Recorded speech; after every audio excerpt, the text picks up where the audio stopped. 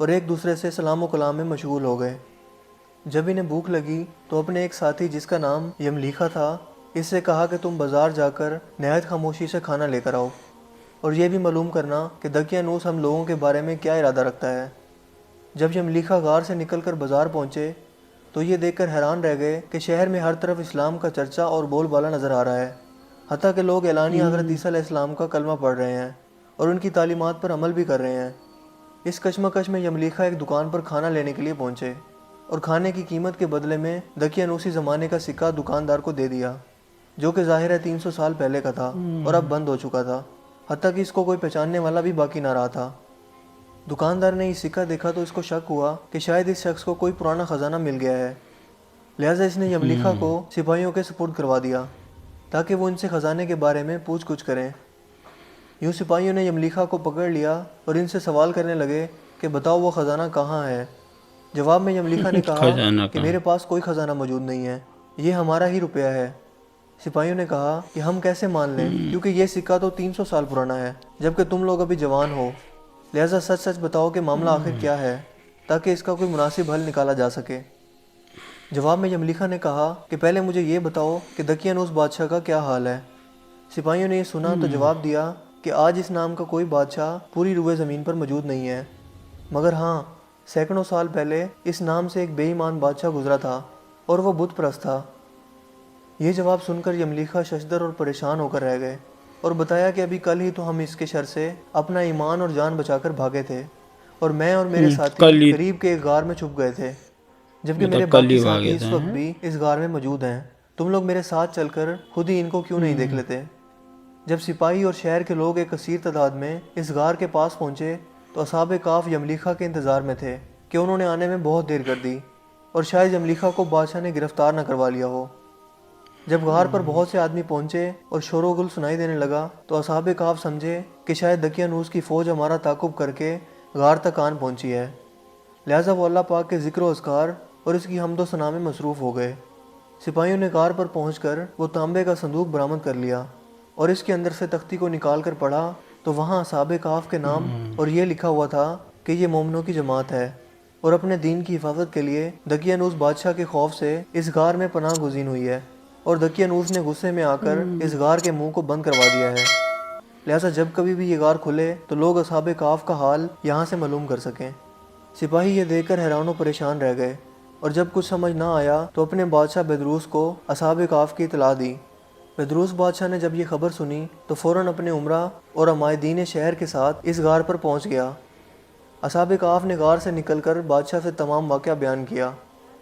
بیدروس نے سجدہ گزار ہو کر اللہ پاک کا شکر ادا کیا کہ اے اللہ میری دعا قبول ہوئی اور آپ نے ایسی نشانی ظاہر فرما دی کہ انسان موت کے بعد زندہ ہونے کا یقین ضرور کرے گا۔ اس کے بعد اصحاب کاف نے بیدروس بادشاہ کو دعا دی کہ اللہ تمہاری بادشاہی میں برکت عطا کرے، اور سلام کرنے کے بعد دوبارہ اسی غار میں واپس چلے گئے اور دوبارہ وہیں جا کر سو گئے جہاں سے بیدار ہوئے تھے۔ لہٰذا اسی نیند کی حالت میں اللہ پاک نے ان اصحاب کہف کو موت دے دی۔ بادشاہ بیدروس نے سال کی لکڑی کا صندوق بنوا کر اصحاب کہف کی لاشوں کو اس میں رکھوا دیا۔ بیدروس بادشاہ نے غار کے منہ پر ایک مسجد بھی بنوا دی اور سالانہ ایک دن مقرر کر دیا جب لوگ اصحاب کہف کی قبروں کی زیارت کے لیے آیا کرتے تھے۔ دوستو، اصحاب کہف کی تعداد کے بارے میں علماء کرام کی بہت سی رائے پائی جاتی ہیں۔ حضرت عبداللہ بن عباس فرماتے ہیں کہ اصحاب کہف کی تعداد 7 ہے، جبکہ 8واں ان کا کتا تھا، جبکہ ان کے ناموں میں بھی کافی اختلاف موجود ہے۔ حضرت علی رضی اللہ تعالیٰ عنہ سے روایت ہے کہ ان کے نام یہ تھے: یملیخا، مکشمنا، مشلینا، مرموش، گبرنوش، شازنوش، اور 7واں ایک چرواہا تھا جو ان کے ساتھ چل پڑا تھا، جس کا ذکر آپ نے نہیں فرمایا، جبکہ ان لوگوں کے کتے کا نام کثیر تھا۔ دوستوں، یہاں سوچنے کی بات یہ ہے کہ آخر ایسا کیسے ممکن ہوا؟ اصحاب کہف پر وقت اثر انداز کیوں نہیں ہوا، اور نہ ہی ان کے جسمانی خد و خال میں کوئی تبدیلی واقع ہوئی، جبکہ ان کے آس پاس 300 سال کا وقت گزر گیا؟ سائنسی طور پر اگر اس کی وضاحت کریں تو ایسا تب ممکن ہو سکتا ہے جب تھیوری آف ریلیٹیوٹی کے مطابق اس غار میں جہاں اصحاب کہف لیٹے ہوئے تھے، اس جگہ کا گریویٹیشنل فیلڈ غار سے باہر موجود جگہوں سے بالکل کم ہو گیا ہو یا پھر تقریباً ختم ہو گیا ہو، لہٰذا ان کے لیے وقت رک گیا ہوگا، جبکہ ان کے آس پاس کا تمام وقت چلتا رہا۔ بظاہر ایک ہی فریم آف ریفرنس کے ہوتے ہوئے ایسا ناممکن نظر آتا ہے، مگر تمام جہانوں کے پالنے والے رب کے لیے، جس کے ہاتھ میں دنیا و کائنات کا نظام موجود ہے، کچھ بھی ناممکن نہیں ہے۔ یہ تو محض بے انسانی شک سوچ کی کچھ بھی حدود نہیں ہے، ہے۔ جبکہ اللہ پاک کے لیے سب کچھ کن فیکون کی دوری پر موجود ہے۔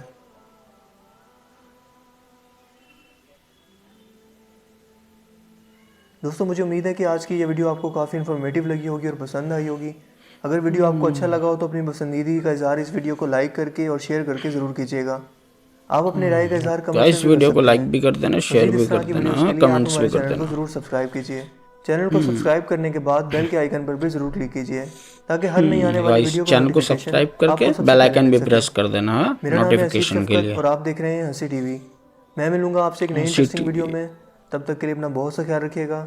Thanks for watching. اللہ حافظ۔ اللہ حافظ۔